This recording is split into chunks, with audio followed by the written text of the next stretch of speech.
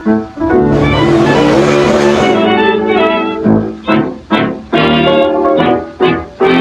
Petty, by passing Cale Yarborough coming out of turn 4 on the front straight and beating him to the yellow line by the margin of the nose of his car, won the race. As they come down this time, you are going to see a checkered flag for car number 43.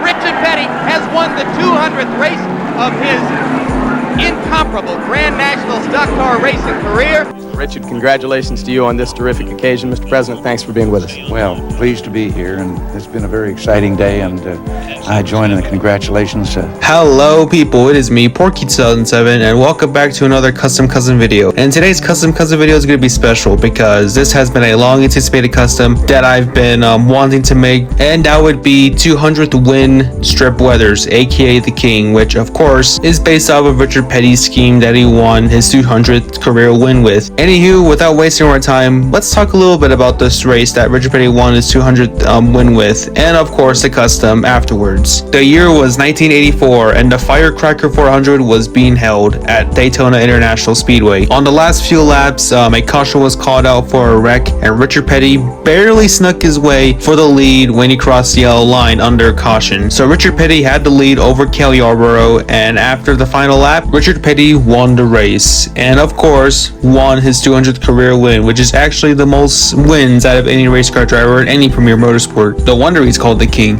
Anywho, speaking of which, of course, as we all know, Strip Weathers, aka the King, is based off of Richard Petty, and I already mentioned his iconic 200th career win, which I want to recreate that in a way by making a custom based off of that very car that he won the race with. And I think this might be a good segue for how I made the custom. So I used an extra King that I got from a 5-pack, which I got for Christmas. Originally, I was gonna tape on the windows and wheels so I could sand off the body like how I usually do it, but I realized that the body is far too complex to sand, mainly because a lot of the components stick out so much that if I sand it, they might get damaged. So instead, for the second time, I drew out the diecast by separating the body from the base, and the last time I did that was with the Porky custom. So I did that, and it made sanding a lot easier. And by the way, this was the absolute worst diecast that I've ever sanded. And of course, after I did that, I sprayed with a few coats of primer, and after those coats of primer dried, I sprayed with a few coats of this Oasis blue color, which was the close enough color to Petty blue. And after that blue coat dried, I started to paint on the red and white details, and after those parts dried, I started to draw on the black detailing in the white stripe. And let's say though, that part was very tedious to do. I had to use a very thin Sharpie marker, but that Sharpie marker was almost dried out, so I had to do a few more coats of it, and I had to be very careful to make it just a little bit perfect,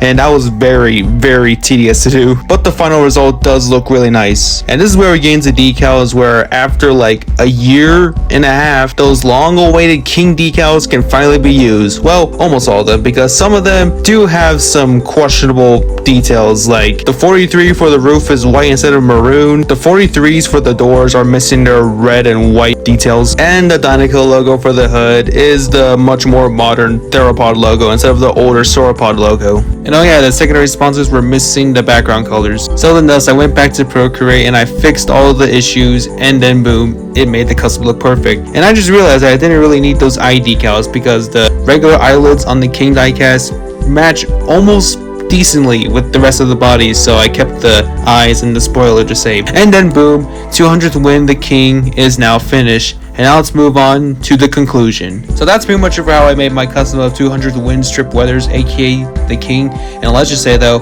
I love how this custom turned out, mainly because this is the first custom that uses the original eye plate from the diecast instead of me using a decal, which by the way just makes this custom look even more premium. That, and also how perfect and beautiful the black lines are on this custom. As for other customs we'll be making after this one, well, I do have 2 in plan, but I'm not gonna tell y'all what they are. Instead, I'll give y'all some hints that y'all can figure out yourself. One of them is a NASCAR driver, which he'll be returning in trucks to race at Daytona, and the other one is an F1 driver, which might have been mentioned in this video.